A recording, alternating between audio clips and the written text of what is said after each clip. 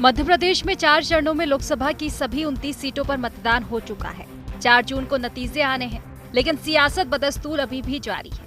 नई सियासत मतगणना को लेकर है। कांग्रेस को काउंटिंग में गड़बड़ी की आशंका है और उसने इसके लिए अपनी टीम बनानी भी शुरू कर दी है।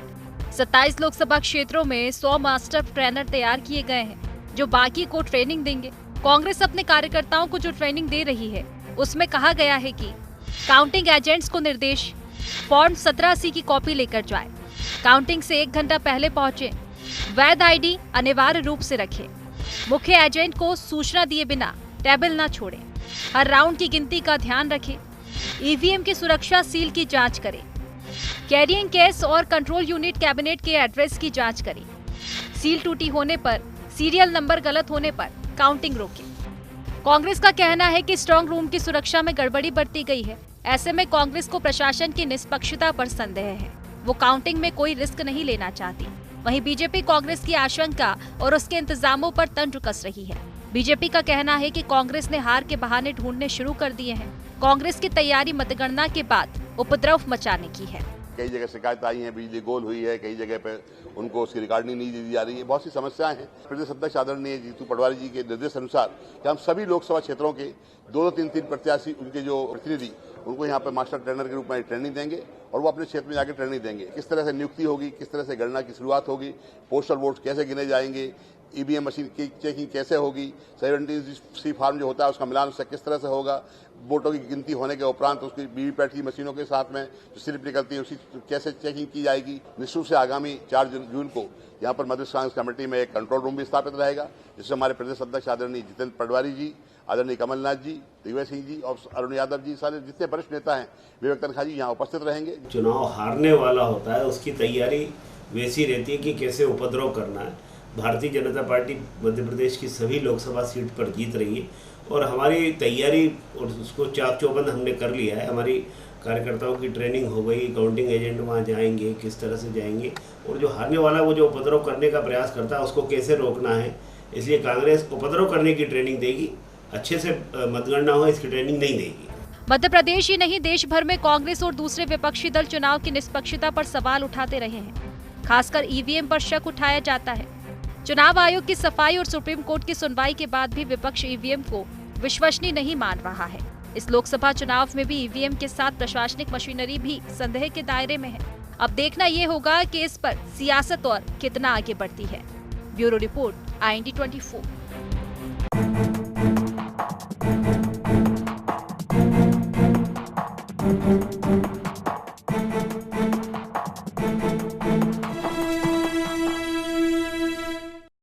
नमस्कार, IND एजेंडा मतगणना पर महाभारत में आपका स्वागत है। मैं हूं राजेश सक्सेना। आज इसी मसले पर, इसी विषय पर हम चर्चा करेंगे, क्योंकि जिस तरह से मध्य प्रदेश की अगर बात करें तो 29 लोकसभा सीटों पर 4 चरणों में जो मतदान है वो संपन्न हो चुका है। इंतज़ार है अब 4 जून का और उसके पहले तैयारियां हैं मतगणना को लेकर। लेकिन मतगणना को पहले, 4 जून के पहले तमाम तरह की सियासत, राजनीति भी है, सवाल भी है। आज इसी मसले पर चर्चा होगी, लेकिन पहले एक नजर डाल लेते हैं एजेंडा पॉइंट्स पर। कांग्रेस को क्यों सता रहा काउंटिंग में गड़बड़ी का डर? क्या कांग्रेस को नहीं है सरकारी मशीनरी पर भरोसा? क्या फिर ईवीएम पर फूटने वाला है हार का ठीकरा? कांग्रेस की तैयारियों में भारतीय जनता पार्टी को कहां से उपद्रव की आहट?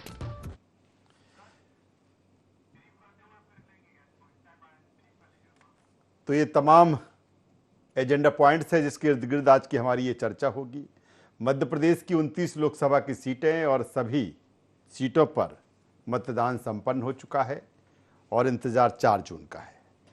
और उससे पहले एक बार फिर काउंटिंग को लेकर, मतगणना को लेकर या फिर ईवीएम को लेकर, हालांकि ये भी सही है कि सतर्कता जरूरी है। और कांग्रेस की बात करें तो कांग्रेस ने बाकायदा ट्रेनिंग प्रोग्राम रखा, अपने उन पदाधिकारियों का, उन काउंटिंग एजेंट्स का जो 4 जून को जहां पर काउंटिंग होगी वहां पर बैठेंगे, किस तरह से काउंटिंग में हिस्सा लेना है, किस तरह से नज़र गढ़ा के रखना है कि कहीं किसी तरह की कोई चूक ना हो जाए, क्योंकि ईवीएम पर कोई पहला मौका नहीं है। लंबे समय से इस पर सवाल खड़े होते आए हैं। हालांकि कई बार चाहे ईवीएम हैक करने की बात हो या फिर अन्य तरह की जो चीज़ें रही हैं ईवीएम को लेकर, आज इसी पर हम चर्चा करेंगे, बातचीत करेंगे कि मतगणना पर जो महाभारत है आखिर क्यों है, क्यों कांग्रेस को आशंका है इस बात को लेकर, तमाम सारी चीज़ें हैं। आज इसी पर चर्चा करेंगे, बातचीत करेंगे। चर्चा शुरू करें उससे पहले अपने मेहमानों से आपका तारुफ करा देता हूं, परिचय करा देता हूं, फिर इस चर्चा को हम आगे बढ़ाएंगे। 3 खास मेहमान हमारे साथ इस चर्चा में। हमारे साथ में हैं वरिष्ठ पत्रकार रमेश शर्मा जी, स्वागत करूंगा रमेश जी आपका। हमारे साथ में हैं अमित शर्मा जी, प्रवक्ता मध्य प्रदेश कांग्रेस, अमित जी आपका स्वागत है। और सचिन वर्मा जी, media panelist, Bharatiya Janata party Madhya Pradesh, Sachin ji मैं आपका भी स्वागत करता हूँ। सबसे पहले अमित जी मैं आपके पास में आता हूँ। हालांकि ये कोई चर्चा का पहला मौका नहीं है जब इस पर चर्चा हो रही है, अमूमन कोई भी चुनाव हो, अब ये भी एक पैटर्न बन गया है कि इस तरह की जो चीज़ें होती हैं उस पर फिर हम चर्चा करें। लेकिन मेरा सीधा सा सवाल इस बात को लेकर है, पहले तो ये कि कांग्रेस किस रूप में देखती है इस चुनाव को, कितना उम्मीद है परिणामों को लेकर, अमित जी? देखिए राजेश जी, चुनाव मध्य प्रदेश के भी पूर्ण हो गए और आज लगभग एक चरण अब रह गया आने वाले समय में। तो मैं समझता हूं कि चूंकि कांग्रेस पार्टी जिस तरीके से सचेत अपने कार्यकर्ताओं को ट्रेनिंग देने का काम कर रही है, अपने एआरओ को ट्रेनिंग देने का काम कर रही है, किस तरीके से जो एआरओ हैं, जो गवर्नमेंट ऑफिसर हैं, अगर वो कैसे सील का मिलान करेंगे, हस्ताक्षर का मिलान करेंगे, तमाम चीज़ें हैं जो बदलाव के दौर पर चीज़ें देखी जाती हैं। और हर राजनीतिक दल अपने कार्यकर्ताओं की ट्रेनिंग देता है चुनाव के पूर्व, मतगणना से पूर्व भेजने के समय। तो ना कांग्रेस को किसी तरह का डर है, ना कांग्रेस किसी तरह के ठीकरे की ये तैयारी कर रही है। ये एक Bharatiya Janata party narrative set कर रही है। डर इसीलिए है क्योंकि भारतीय जनता पार्टी के कार्यकर्ता ने कहा, भारतीय जनता पार्टी के नेताओं ने कहा कि हम 370 पार होंगे। बीडी शर्मा जी के कुछ पोलिंगों पे भी 370 पार नहीं हुए। देश में मतगणना लगातार घटती गई, वोट ऑफ परसेंटेज भी घटा। तो मैं समझता हूं कि 370 का, फिर उन्होंने कहा 400 पार होंगे, चुनाव हुआ नहीं है और 400 पार का नैरेटिव इन्होंने सेट कर दिया, हर बूथ पर 370 सेट कर दिया। तो शंका की घड़ी वहां है। भाई जनता पर भरोसा भारतीय जनता पार्टी को कम है, ये उससे पहले ही 400 पार हो गए। और दूसरी बात, किसी भी मशीन पे, चाहे हम आज विपक्ष में हो या कल भारतीय जनता पार्टी विपक्ष में हो, मैं समझता हूं कि मशीन एक अपग्रेड मांगती है। मशीन में सॉफ्टवेयर से छेड़छाड़ होती है, कई सारे प्रमाण हैं। राहुल गांधी जी ने एक लड़के का, आपने देखा होगा, एक एक्स पर एक ट्वीट करा और वो लड़का कपड़े बदल बदल कर लगातार मशीन को बटन दबा रहा था। मैं समझता हूं कि शायद कहीं ना कहीं अगर अधिकारी मिले नहीं होते तो वो बार बार चिन्हित नहीं हो पाता, बार बार वो बटन नहीं दबाता। तो कहीं ऐसा नहीं हो कि अभी मध्य प्रदेश की मतगणना में और देश की मतगणना में भारतीय जनता पार्टी के चंद कुछ अधिकारी पहले भी एजेंट के तौर पर काम करें और अभी कहीं एजेंट के तौर पर काम ना करें। सचेत और सनेद रहना कांग्रेस पार्टी के कार्यकर्ता और राजनीतिक दल की नैतिक जिम्मेदारी है। हम सचेत हैं। हाल ही में अमित जी, आप ये कह रहे हैं कि वो जो चीजें हैं वो पहले से सेट कर देते हैं। उन्होंने विधानसभा में कहा कि अब की बार 150 पार, 163 सीटें आ गई। इस बार उन्होंने कहा अब की बार 400 पार। अगर 400 पार हो गई उनकी, तो क्या कांग्रेस ये मानेगी कि नहीं पहले से सारा कुछ सेट कर लिया था इन्होंने ईवीएम में?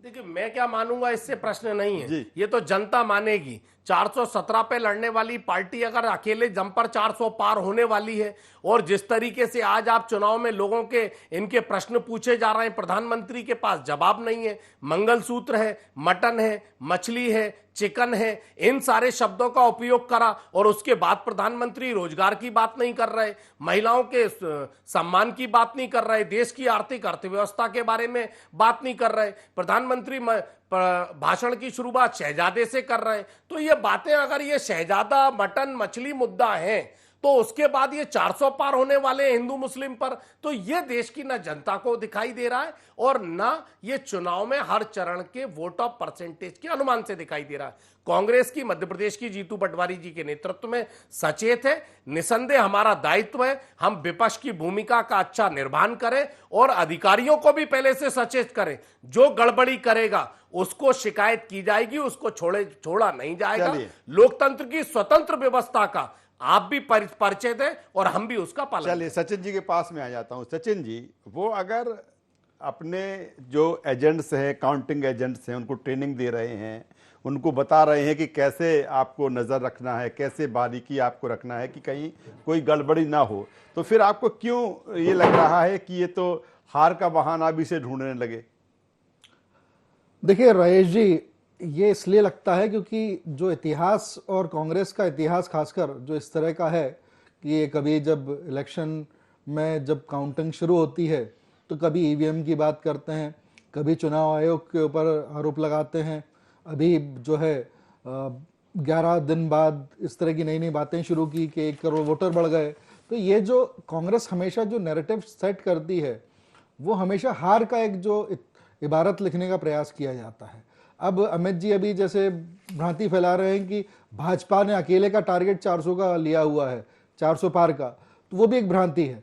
हमने बार बार बोला है कि भाजपा का अकेला जो लक्ष्य है, भाजपा एज अ पार्टी वो 370 का है और एज एनडीए एक जो गठबंधन की राजनीति हम कर रहे हैं तो गठबंधन का हमारा जो एनडीए का टारगेट है वो 400 पार का है। तो ये जो हमने लक्ष्य लिया, अगर किसी भी एक छात्र को एक अपने परीक्षा में 90% अगर उसको अंक आते हैं तो वो अगली बार कोशिश करता है कि वो उससे आगे जाए।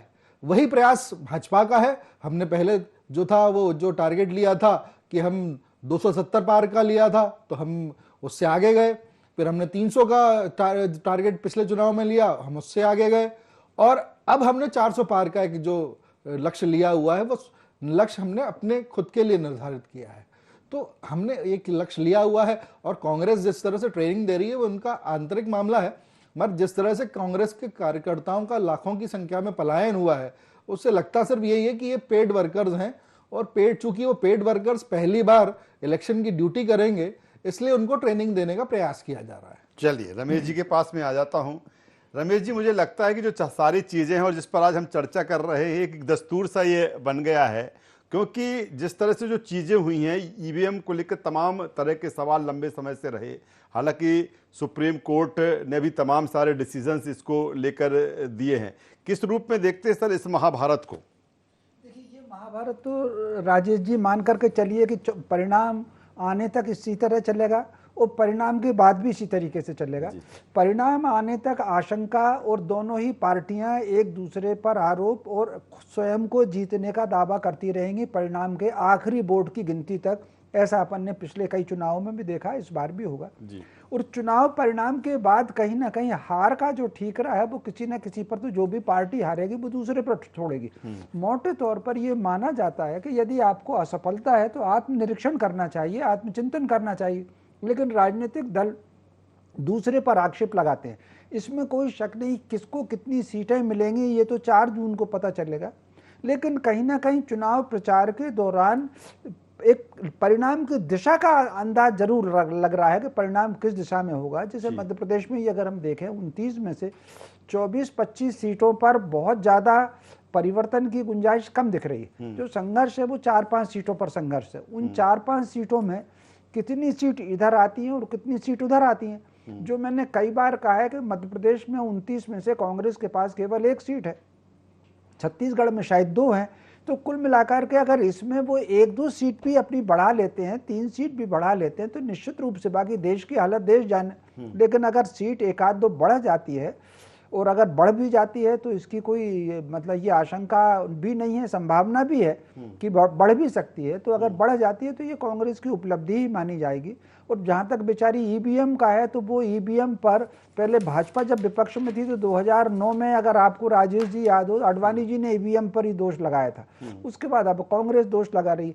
ये मामला सुप्रीम कोर्ट तो छोड़ दीजिए, चुनाव आयोग ने सबको दलों को बुलाया था लेकिन उसमें काफी दल तो गए ही नहीं, वो सारा उसका प्रदर्शन करने करना चाह रहे थे। तो कुल मिलाकर के इस मामले में जो संवैधानिक संस्थाएं हैं उनकी गरिमा है, एक सीढ़ी नीचे तक आक्षेप लगाया जाना चाहिए, सबको नहीं घेरा जाना चाहिए।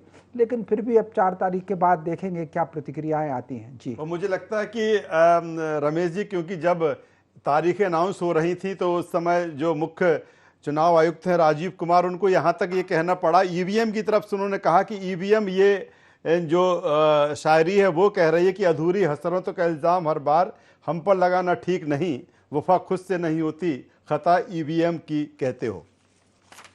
ये बिल्कुल आपने सही कहा। और फिर एक बात राजेश जी, ये जो सिस्टम है पूरा चुनाव का, ये चुनाव आयोग का सिस्टम है, वो पूरा का पूरा कांग्रेस के समय का बना हुआ है। ईवीएम मशीन पर चुनाव हो, ये निर्णय भी उनके जमाने का ही है।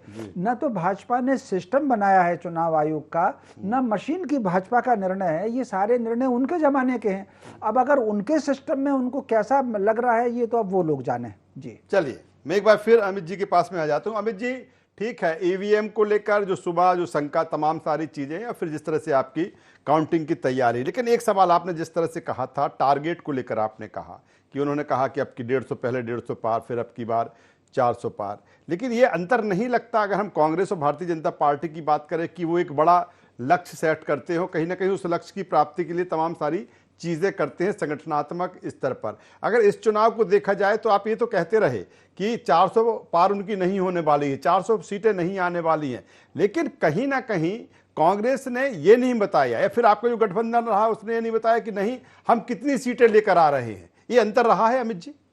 देखिए राजेश जी, अगर क्लास का कोई विद्यार्थी है और वो साल भर पढ़ा है तो वो ये दावा जरूर कर सकता है कि मेरी क्लास में मैं प्रथम आऊंगा। लेकिन जो विद्यार्थी ये दावा कर दे कि मेरी क्लास में 30 बच्चे हैं और वो 29 जो हैं वो 29 के 29 पास हो जाएंगे, जब शंका होती है कि कहीं ना कहीं ये विद्यार्थी मिला हुआ है या सारे विद्यार्थी मिले हुए। देश के प्रधानमंत्री मुद्दों से हटकर बात करते हैं और 400 पार की बात करते हैं। देश का भारतीय जनता पार्टी का कार्यकर्ता, खुद मैंने बताया कि बीडी शर्मा जी जहां से मध्य प्रदेश के अध्यक्ष चुनाव लड़ रहे हैं, करीब करीब 400 कुछ ऐसे पोलिंग हैं जहां पर वो 370 बढ़ाने की प्रदेश में बात कर रहे थे। उनकी खुद की लोकसभा में कई ऐसे हैं जो 2019 के बाद जो वोट ऑफ परसेंटेज था उसके बाद 100 वोट भी नहीं बढ़े, वो 370 की बात हो गई। तो मैं समझता हूं कि दूसरी बात कि मशीन जो पहली बार जब कंप्यूटर आया था तो हम कहते थे P1 का कंप्यूटर आया, अब नए नए कंप्यूटर के अपग्रेड हो गए। पहले एक बड़ा सा कंप्यूटर था, अब लोग हाथ में लेके चलते हैं, मोबाइल भी एक कंप्यूटर है। आप समझिए कि नए नए अपग्रेड होते जाते हैं, हम पुराने उस पर तो चलते नहीं है। ठीक कहा वरिष्ठ पत्रकार रमेश जी ने कि कांग्रेस इसको लाई थी, लेकिन कांग्रेस इस बात को कहती है कि मशीन एक जैसी नहीं होती, मशीन में परिवर्तन भी होता है, सॉफ्टवेयर की हैकिंग भी होती है, ये सारे भी प्रमाण हैं। तो उन प्रमाण के आधार पर जैसे राजगढ़ की बात हुई, भले ही सुप्रीम कोर्ट ने PIL जो दाखिल दिग्विजय सिंह जी ने करी थी वो खत्म निरस्त कर दी, लेकिन सुप्रीम कोर्ट की क्या रूलिंग है कि किसी भी तरह की कोई मशीन वो उस जिले से नहीं जाएगी जब तक 45 दिन तक वहां का परिणाम घोषित नहीं हो जाए, और उसके बाद भी 45 दिन तक रखेगी। कलेक्टर ने उस बात का भी उल्लंघन करा, सरकार ने भी उस बात का उल्लंघन करा। ये सारे प्रमाण हैं। इस प्रमाण और शंका के आधार पर जब हम 370 चुनाव के पहले बूथ पर बढ़ा रहे हैं, 400 पार हो रहे हैं, इस SLU को दिल्ली ले जा रहे हैं, तमाम इस तरह की भ्रांतियों के वीडियो आ रहे हैं जो लोग वोट दबा रहे हैं, वोट डाल रहे हैं, तो निश्चित तौर पे कांग्रेस पार्टी का नैतिक दायित्व बनता है कि अपने कार्यकर्ताओं को ट्रेनिंग दें, अपने कार्यकर्ताओं को सचेत करें कि कहीं सरकार के लोग मिली भगत से कुछ गड़बड़ी करेंगे तो उनकी शिकायत भी की जा सके और उस बात पर निगाह भी रखी जाए। आपको आशंका है कांग्रेस को यह आशंका है कि गड़बड़ी हो सकती है? कांग्रेस को आशंका नहीं, ये तो मध्य प्रदेश में प्रमाण है। वरिष्ठ पत्रकार बैठे, भाई नीरा वर्मा जो है 1 वोट से जीती, गोविंद सिंह राजपूत अभी चुनाव हार गए थे, रिकाउंटिंग में बाद में वो 2500 वोटों से चुनाव जीत गए। मध्य प्रदेश में और देश में कई सारे प्रमाण है कि जब जब समय बदलता है और जैसे जैसे गिनती आगे बढ़ती है वैसे वैसे हारने वाले कुछ 1-2 लोग जीत जाते हैं। तो इसीलिए ये गड़बड़ी ना कर सके। और हाल ही में अपनी बात समाप्त करूंगा और ये बताऊंगा कि आज 11 दिन बाद देश में पहली बार ऐसा एक देखने को आ रहा है जहां मशीन की बात करते हैं। मशीन क्यों लाए? मशीन इसलिए लाए कि गड़बड़ी नहीं हो और खटाक से रिजल्ट आ जाए। लेकिन 11 दिन बाद 1.25 करोड़ वोट बढ़े मिलते हैं। यह भी एक शंका का विषय है, जिस बात को कमलनाथ जी ने, जीतू पटवारी जी ने उठाया। निसंदेह गड़बड़ी हर मशीन से हो सकती है, चाहे वो सत्ता में बैठा हुआ हो या विपक्ष में बैठा हुआ व्यक्ति बात कर रहा हो। हमें अपनी जिम्मेदारी सचेतता से निभाना है और हम मध्य प्रदेश की हर काउंटिंग पे, हर मतगणना पर 100 एजेंट ट्रेनिंग जीतू पटवारी जी के निर्देश पर ले रहे हैं और निसंदेह हम बारीकी से नजर रखेंगे। जो होगा उसका स्वागत करेंगे, जो अन्याय होगा उसके खिलाफ आवाज उठाएंगे। सचिन जी जवाब दे दें। देखिए, जो अमित जी बता रहे हैं कि जैसा कि जो है 11 दिन बाद जो है अगर 1 करोड़ वोट जो है बढ़ गए हैं, तो उसके संबंध में एडीआर ने और महुआ मोइत्रा ने माननीय सुप्रीम कोर्ट में अपनी पिटीशंस लगाई थी। जो एडीआर की पिटीशन थी वो 2019 से लगी हुई थी, जिसको उन्होंने मेंशन करके अभी हियरिंग पे लेके आए और उसमें आईए फाइल की, जिसमें उन्होंने इंटरिम डायरेक्शन की मांग की थी। तो माननीय सुप्रीम कोर्ट ने चुनाव आयोग के जवाब के बाद में उस इंटरिम एप्लीकेशन को एंटरटेन करने से मना कर दिया और उसको रेगुलर सुनवाई के लिए अगली तारीख नियत कर दी। अब जिस तरह से कांग्रेस और जो है उनके साथी इसका एक नैरेटिव खड़ा करने की कोशिश कर रहे हैं, उसको माननीय सुप्रीम कोर्ट ने एंटरटेन करने से मना कर दिया कि ये जो एक सामान्य प्रक्रिया है कि चुनाव आयोग की कई जो प्रक्रियाएं हैं वो जटिल होती हैं और जिस तरह से जो वोट के जो कितने वोटर्स ने वोटिंग की है और कितनी काउंटिंग में कितने वोटों की काउंटिंग होनी है, वो 17C के फॉर्म से स्पष्ट हो जाता है एजेंट को कि कितने वोटों की काउंटिंग होनी है। तो जो जिस तरह का अंदेशा कांग्रेस को है, कांग्रेस के अभी प्रवक्ता भी ऐसी बात कर रहे थे कि अलग अलग रंगों की पोशाकों में अलग अलग व्यक्तियों ने बटन दबाए और अलग अलग अधिकारी आए, तो उस तरह की जो आशंका है वो निर्मूल है, क्योंकि आपको ये मालूम है कि वोट कितने हैं और कितने वोटों की काउंटिंग होनी है।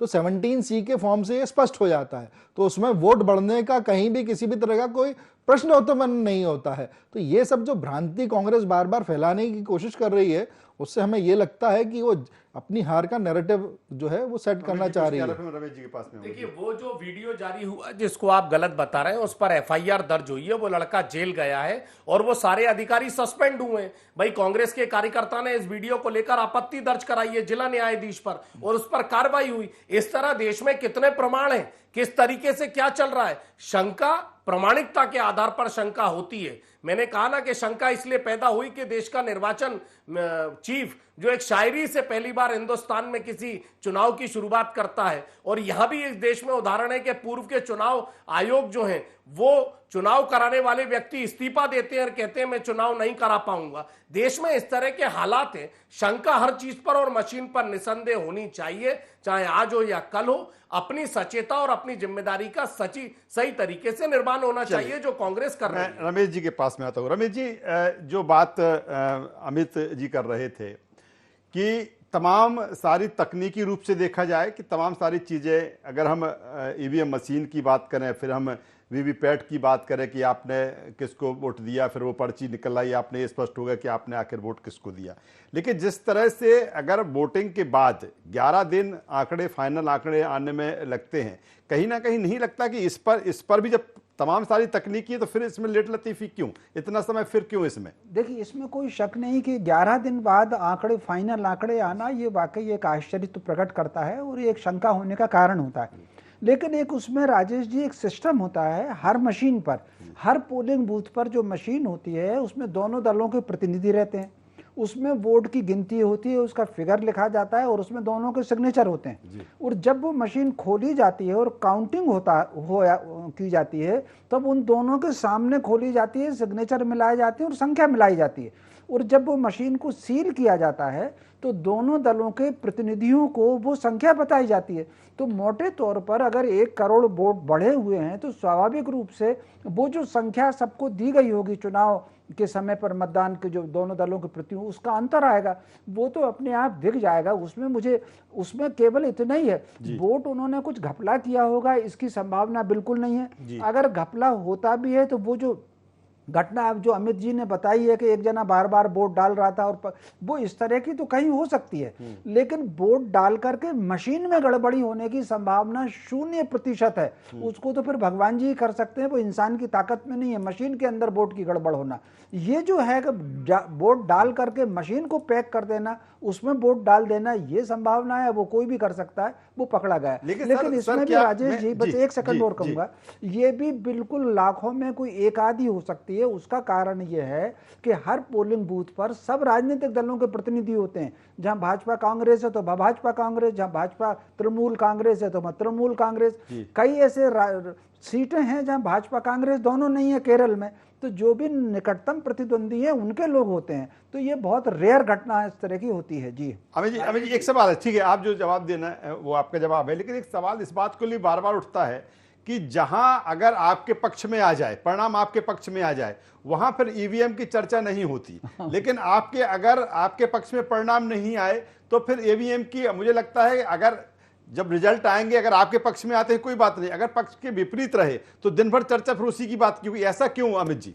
राजेश जी, कर्नाटक हम जीते, हिमाचल हम जीते, तेलंगाना हम जीते, इन राज्यों को जीतने के बाद भी कांग्रेस का एक प्रतिनिधिमंडल मशीनों को लेकर शिकायत के आधार पर केंद्रीय निर्वाचन आयोग से मिला। निसंदेह निर्वाचन से मिलना और उस मशीन पर चाहे हम जीते या गड़बड़ी कहीं है, उस पर अगर बात उठाने का नैतिक दायित्व है तो वो विपक्ष का कांग्रेस ने हमेशा किया है। अब मैं आपको हाल ही के विधानसभा चुनाव में बता दूं, जब वोट डालने आप गए वो 99% बैटरी थी, और आज जब 10 दिन बाद वोट खोलेगा और वो बैटरी जो है आज मशीन खोलने के बाद भी 99% 10 दिन बाद दिखाई देगी, तो शंका पैदा होगी। कई मशीनों की बैटरी 98% थी, कई मशीनों की बैटरी 72%, 58% थी। तो मैं कहना चाहता हूं कि कुछ पोलिंग बूथ पर जो पहले दिन 99 थी, जब वो पहली बार खुली थी, वो 99 रहती है। कुछ पोलिंगों पर वो 50 रहती है, 52 रहती है, 62 रहती है, वो चेंज होती है, और कुछ मशीनें चेंज नहीं होती। इसीलिए यह भी एक शंका का विषय है। इस बात की भी शिकायत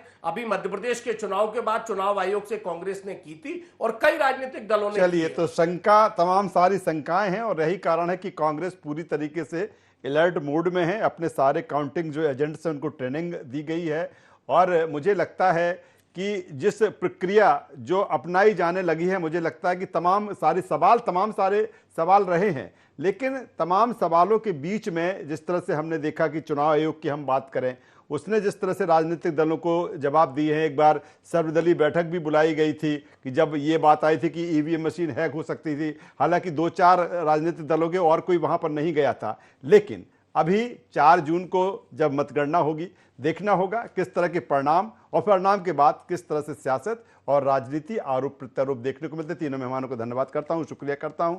तो 6 चरणों का चुनाव संपन्न हो चुका है, एक चरण अभी बाकी है, और 4 जून को फाइनल रिजल्ट्स आएंगे, और रिजल्ट के बाद ही ये मालूम पड़ेगा कि जो नतीजे हैं किसके पक्ष में आए। एजेंडा बस इतना ही। N24 पर खबरों का सिलसिला लगातार जारी है, बने रहिए हमारे साथ। नमस्कार।